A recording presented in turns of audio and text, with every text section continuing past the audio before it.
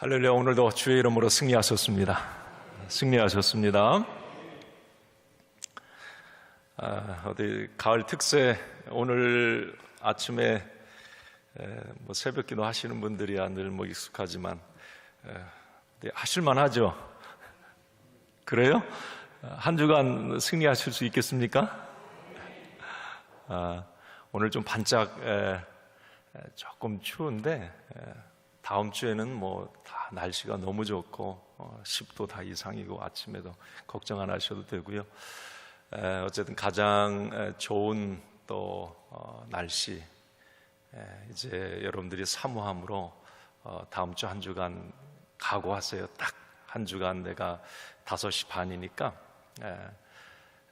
마음을 정하시고 이번 특세에 내가 은혜 받고 내가 응답받고 내가 뜨겁게 예수님을 만나는, 내가 주인공이 되는 그런 특세가 되길 바랍니다. 네. 오늘은 이제 우리 자녀를 위해서 또 기도하는 시간이기도 하고요. 자녀들은 많이 못 나왔는데 그래도 이 시간 온 우리 자녀들을 축복해요. 내 자식도 나오기 어려운데 목회자 자녀도 막 힘들어서 그냥 죽으려고 그래요. 어제 늦게 직장 갔다 와서. 그런데 우리 자녀들 오직 힘들까 그런 생각도 참 해봐요.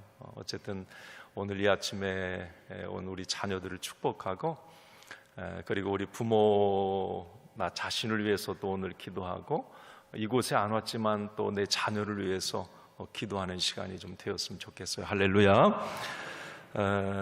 오늘은 이제 어른들이 우리 많은데 가장 좋은 이제 결실의 계절이고, 가을 하면 저보고 가을을 많이 탄다고 그래요. 집사람이. 가을 하면 인생에 대해서 좀 많은 생각들을 좀 하는 시간이기도 해요. 차를 타고 가다가도 보면 들녘에 뭔가 추수를 하고 열매를 이렇게 좀 또 보게 되고 낙엽이 떨어지고, 이러면서 뭔가 그 모든 생명 있는 것들의 추수가 어떤 인생에 우리도 저렇게 가지 않나, 뭔가 그런 생각들을 많이 이렇게 하게 됩니다. 좀 숙연해지기도 하고요. 저는 오늘 이제 우리가 풍성한 삶을 위해서 솔로몬의 어떤 인생 잠언도 있지만 솔로몬이 전도서에서도 인생의 어떤 부분을 많이 이야기를 해요. 우리가 이 가을 이 아침에 뭔가 우리의 남은 어떤 시간들 어떻게 살아야 풍성한 삶을 살 수 있을 건가? 솔로몬이 이 부분의 대가입니다. 그러니까 위부터 바닥까지 모든 것들을 다 경험한, 그래서 그가 말하는 어떤 이 잠언, 전도서, 아가, 솔로몬이 기록한 부분에 보면 인생 이야기예요. 다 그게 거기에 어떻게 인생을 아름답게 풍성하게 살 건가 하는 그런 부분이죠. 자, 오늘 보통 우리가 인생 담론을 얘기할 때 인간은 이 세 종류의 어떤 사람이 있다, 이렇게 얘기를 합니다. 첫째가 이 심미적 인간, 둘째가 윤리적 인간, 세 번째가 종교적 인간이에요. 어떻게 보면 이것은 이제 단계별로 밟아가는 경우도 있고, 두 번째 윤리적 인간으로 이제 먼저 사는 사람들도 있고. 자, 여러분, 이 심미적 인간이라고 하는 것은 그렇게 사는 사람들이 참 많죠. 이 심미라고 하는 것은 쾌락적인 것, 눈에 보이는 것, 감각적인 것, 당장 내 손으로 경험할 수 있는 실질적인 것들을 심미적인 거라고 얘기를 해요. 자, 이 심미적인 것을 선택해 사는 사람, 심미적 인간이다, 그렇게 얘기를 합니다. 그런데 이 심미적으로 사는 인생, 쾌락적이고 눈에 보이는 것, 감각적이고 이것들을 손에 잡는 것만 쫓아서 사는 인생이 심미적 인간은 당황스러우리만큼 빨리 한계를 느낀다고 하는 거죠. 여러분들은 이런 예수 믿기 이전에 이 심미적 인간으로 살았을 수도 있습니다. 예를 들어 보면 우리 여기 젊은이들 내가 예쁜 여자하고 결혼하고 멋있는 남자하고 결혼해서 살면 진짜 행복할 거다. 그런데 그 예쁘다고 하는 것은 심미적인 거거든요. 신혼의 유통기한이, 제가 예전에 사랑의 5가지 언어 얘기할 때 게리 체프만 얘기하면서 2년이라고 얘기를 해요. 그런데 나중에, 그러니까 2년이 지나면 예쁨과 멋있음은 사라져버리는 거예요. 심미적인 것은 금방 한계를, 지루함을 느껴버리는 겁니다. 심미적인 것만 따라 사는 사람은 늘 한계에 부딪히고 늘 재미없는 거예요, 인생이. 이게 심미적 인간이죠. 어제도 이게 보니까 유명한 톱스타가 마약을 이렇게 했다, 뉴스에 이렇게 나와요. 그 전에도 그렇고, 여러분 이 마약하는 사람도 마찬가지예요. 그 마약을 왜 자꾸 하느냐? 제가 경험해서 그런 건 아니고, 그 첫날의 황홀함 때문이라고 합니다. 마약을 처음 했을 때에 그 황홀함에 그것을 자꾸 느끼기 위해서 이제 또 하게 되고, 그 느낌이 너무 좋았기 때문에 또 하게 되고, 그런데 그렇게 되면 어때요? 이제 약을 예전에 하나를 먹으면 2개를 먹어야 되고, 갈수록 이게 이제 더 올라가는 거예요. 그러면서 중독이 되는 거죠. 그러면서 폐인이 되는 거예요. 그리고 이제 아무리 많은 약을 먹어도 그 느낌이 없는 겁니다. 이미 그 몸은 상해져 있는 거고. 자, 심미적 인간. 그래서 그 끝 한계를 권태, 지겨움이라고 얘기를 해요. 솔로몬은 이걸 경험한 사람입니다. 심미적으로 살았던 사람이에요, 한때. 사치와 향락과 음란의 대명사가 솔로몬입니다. 심미적 인간에 취해서 살았어요. 그러나 그는 인생 말년에 뭐라고 그래요? 그 모든 것이 헛되다, 내가 바보였다, 그렇게 얘기를 해요. 자꾸 여러분 세상 것에 만족 절대 없습니다. 의식주의 문제도 그래요.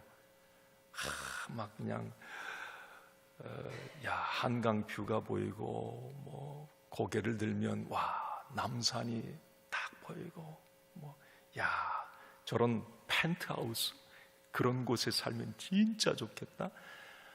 거기 1년 살면 모든 것은 끝납니다. 느낌이 없어요. 이 심미적 인간으로 사는 것은 늘 이 절망, 권태, 지겨움에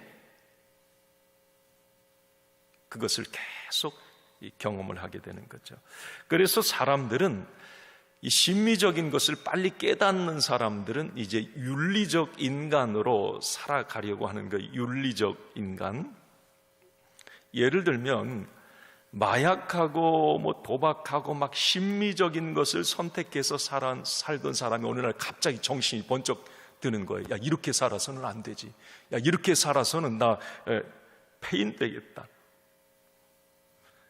세상의 어떤 그 심미적인 것들을 이제 끊고 새 삶을 결단하고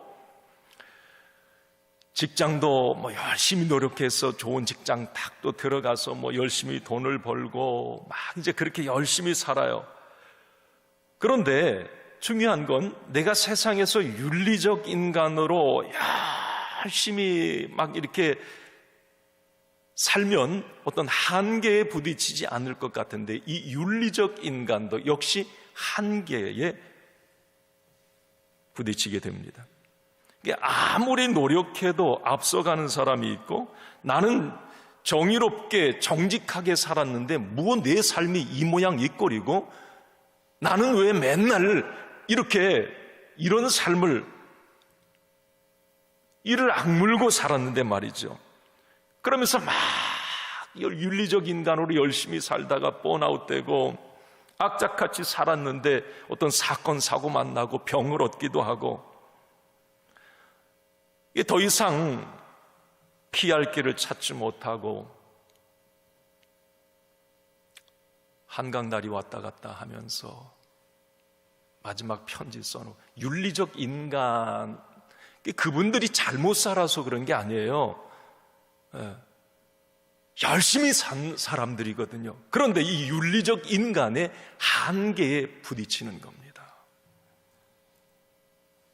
이게 절망이라고 하는 한계예요. 자, 솔로몬은 이것도 경험을 합니다. 그는 왕이었고 재판관이었고 당대 최고의 지혜자였어요. 윤리적 인간으로도 선망의 대상이었습니다. 그런데 솔로몬이 또 전도서 1장에 뭐라 그래요? 오늘 전도서 말씀 봤는데 헛되니 모든 것이 헛되다. 이게 절망을 해요. 이 윤리적 인간에게도 절망을 합니다.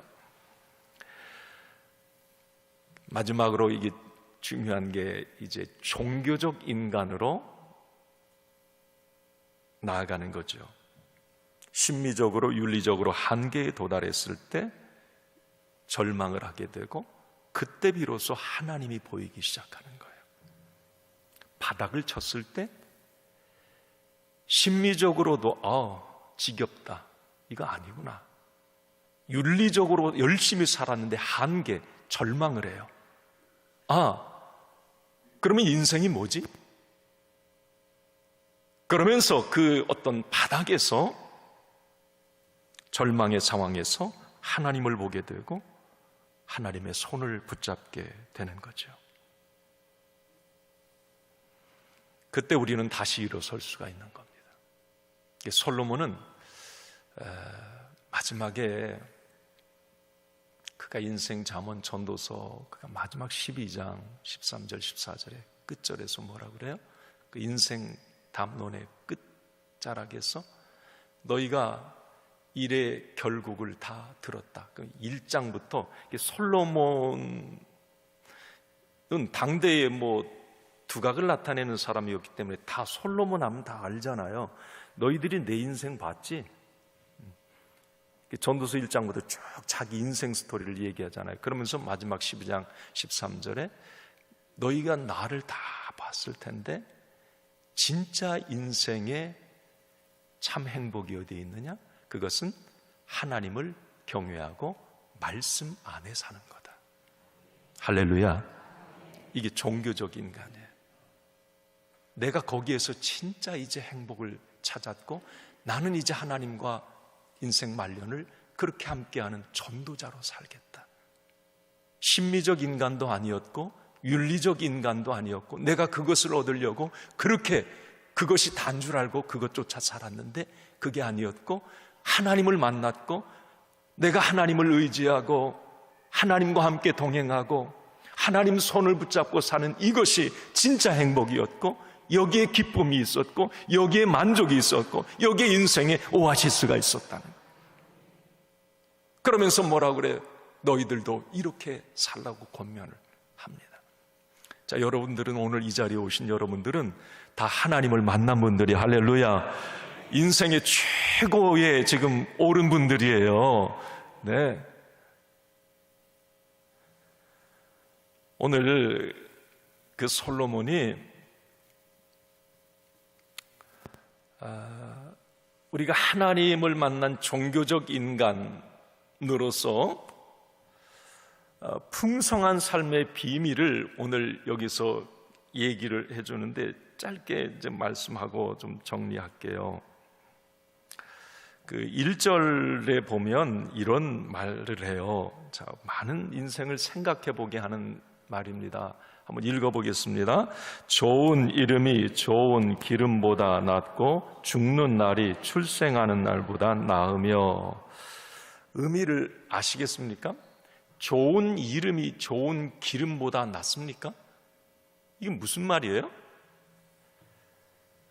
좋은 이름이 좋은 기름보다 낫다. 좋은 기름보다 좋은 이름이 낫다. 좋은 이름에 방점을 두는 거예요.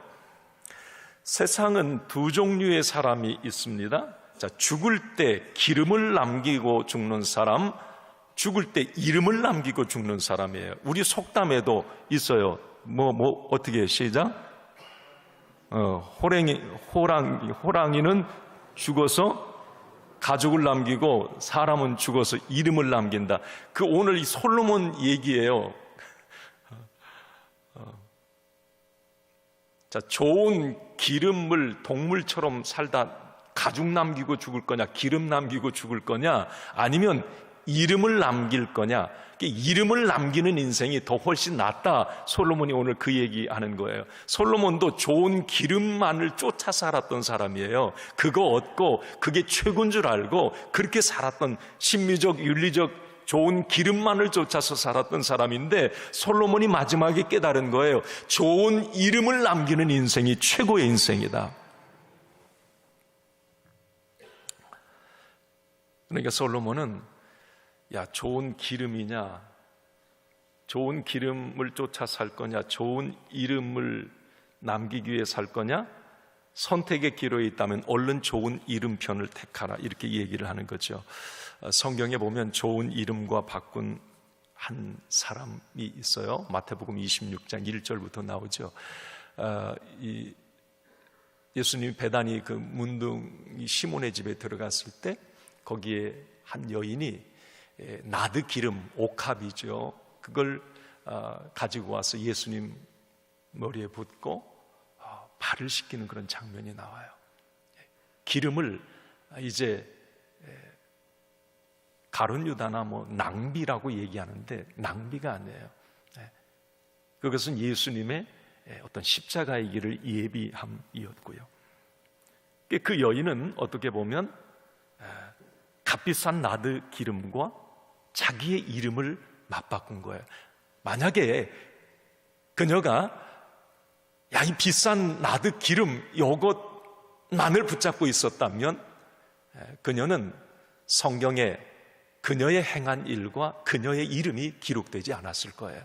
그런데 예수님은 마태복음 26장 13절에 그 일이 있은 후에 이렇게 말씀을 해요. 한번 같이 읽어볼까요? 내가 진실로 너에게 이르노니 온 천하에 어디서든지 이 복음이 전파되는 곳에서는 이 여자가 행한 일도 말하여 그를 기억하리라 하시니라. 마리아라고 하는 그녀의 이름, 그 행한 일이 기억이 돼요. 기름을 남기는 인생은 역사 속에서 수도 없이 많았습니다. 기름을 선택하고 그렇게 살았던 인생은 다 이슬처럼 먼지처럼 사라져버렸어요. 욕심쟁이로 그렇게 인생이 끝났어요. 그런데 이름을 쫓아 살았던 사람들은 하나님이 그 이름을 기억했고 세상 사람들에게 선한 영향력을 끼치는 삶을 살았어요. 오늘 우리가 인생을 살아가면서 오늘 솔로몬의 이 지혜자의 권면, 우리 인생 담론에 한번 잘 추가를 시켜보세요.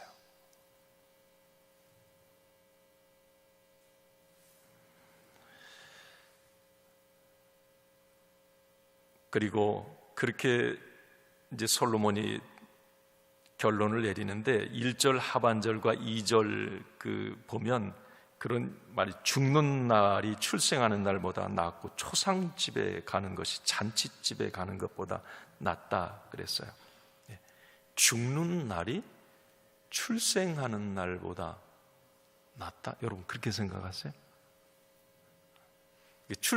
태어난 것보다 죽는 게 더 중요하다, 이거 이해가 되시냐고요? 이거 인생을 깊이 고민하고 생각해 보면 이게 정답이라는 것을 알게 돼요. 이게 솔로몬이 지혜가 그냥 수박 고달기식의 지혜가 아니고 깊이 뭔가를 고민한 이야기예요. 이게 인생을 살아본 이야기들입니다. 기름보다 이름이 낫다? 출생보다 죽음이 낫다? 뭐지? 잔치집보다 초상집에 가라? 우리는 반대로 생각을 하거든요. 많은 사람들이 예를 들어서 이 출생과 사망 중에 출생에 대부분 미련을 두고 사는 사람이 많아요. 예를 들어볼까요? 저도 옛날에 그런 생각을 많이 했어요. 나도 저런 집안의 자식으로 태어났으면 진짜 좋았겠다. 나의 부모님이 저런 부모님이었으면 진짜 내가 좋았겠다. 이 출생에 관한 어떤 그 부분에 많은 사람들이 민원을 둬요. 내가 저런 사람이었으면 참 좋겠다. 저렇게 능력이 많은 제주꾼으로, 저렇게 머리가 좋은 사람으로 태어났었으면 진짜 좋았겠다. 그런데 여러분 잊지 마세요. 이 출생은 절대 돌이킬 수가 없어요. 출생은 내가 선택할 수 있는 것이 아니고 출생은 나의 잘못도 아닙니다. 여러분, 부모를 내가 선택한 것 아니고 집안 내가 선택한 것 아니고 나라 내가 선택한 것 아닙니다. 오늘 지혜자의 권면은 그래서 태어나는 것은 내가 결정할 수 없지만 어떻게 이 세상을 마무리하느냐는 내가 선택할 수 있다는 겁니다. 여러분, 우리가 그런 걸 많이 봐요. 세상에서 보면 참 그 인생 비참한 가정에서 비참하게 살았고 비참하게 그렇게 태어났지만 정말 멋지게 인생을 마무리하고 예수님 만나 정말 그가 믿음으로 살다가 그렇게 멋지게 인생을 살다가 주님 품으로 간 사람들도 참 많습니다. 그러나 반대로 좋은 가정에서 태어나고 좋은 부모 밑에서 태어났는데 남들에게 피해를 주고 손가락질 당하고 예수님 모르고 살다 간 그 인생도 그렇게 많습니다. 여러분, 오늘 솔로몬이 출생보다도 죽음이 더 중요하다고 왜 이야기했는지, 이건 남은 인생을 우리가 어떻게 살아야 되는지 이 부분에 대해서 이야기해 주는 거거든요. 출생은 바꿀 수가 없어요. 여러분, 그래서 사람은 첫인상보다 더 중요한 게 마지막 인상이라고 말합니다. 처음 웃는 사람보다 마지막에 웃는 사람이 더 위대한 사람, 우리는 다 그걸 알아요. 그런데 우리는 출생, 처음 이 부분만을 너무 생각을 하고 그 부분 때문에 발목이 잡혀서 자꾸 인생을 불평하고 나의 남은 마지막을 그렇게 안 좋게 마무리하는 경우가 많아요. 여러분, 이제 돌이킬 수 없는 과거, 잘못된 과거에서 자유하기를 바랍니다. 지금부터라도 여러분 거룩한 흔적을 남기고 모든 사람이 내 이름을 기억하는 그런 삶을 살 수 있기를 바랍니다.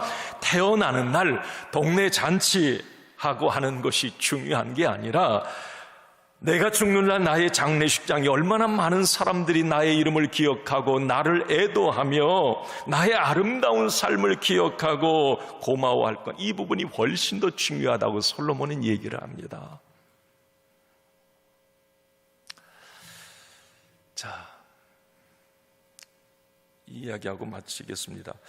2006년 1월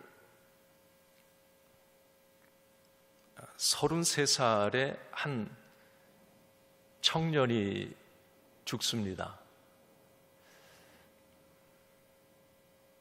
군복무 중에 유행성 출혈로 이제 죽게 되는데 그 33살의 청년은 의사였습니다.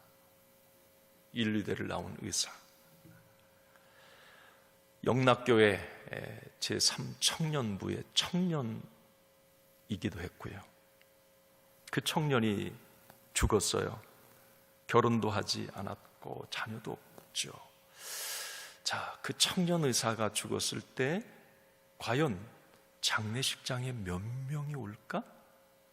우리는 언뜻 그 부모님, 교회 청년회 회원 몇 명, 아는 지인들, 결혼도 안 하고 자녀도 없고 이제 33살이니까. 그런데 그가 죽었을 때 장례식 첫날 아침부터 조문의 발걸음은 끊이지 않았습니다. 무려 4,000명의 조문객들이 계속 왔어요. 그리고 많은 사람들이 그 청년의 죽음 앞에 눈물을 흘렸습니다. 거기에 찾아온 많은 사람들은 그가 일하던 병원에 병상에 매트를 깔아주던 도우미 아줌마, 병원 입구에 구두방에 그 구두를 닦던 아저씨, 뭐 매점에 아르바이트하는 그 아르바이트 학생, 너무 신실한 크리스찬이었기에 자기가 의사로서 병원 회진을 하며 힘들어하는 사람을 위해서 정말 사랑의 마음으로 기도를 해주었고 그 기도를 받았던 환자들, 테이프도 많이 줬다고 그래요. 찬양 테이프.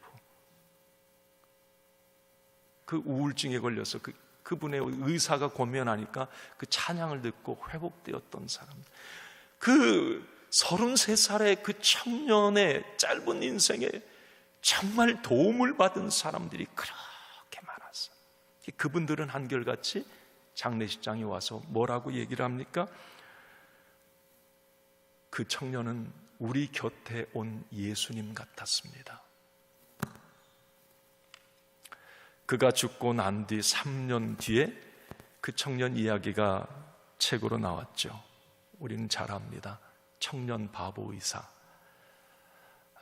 저도 그 책을 오래전에 읽다 참 많이 울었어요. 저런 인생도 있구나. 안수연 그 청년, 좋은 기름보다 좋은 이름을 선택한 사람이고 좋은 출생보다 좋은 죽음을 선택한 사람입니다. 오늘 솔로몬이 주는 인생 최고의 잠언 지혜를 우리는 다시 한번 마음에 새기고 나의 남은 인생 지혜자의 권면처럼 멋진 인생 되기를 바랍니다.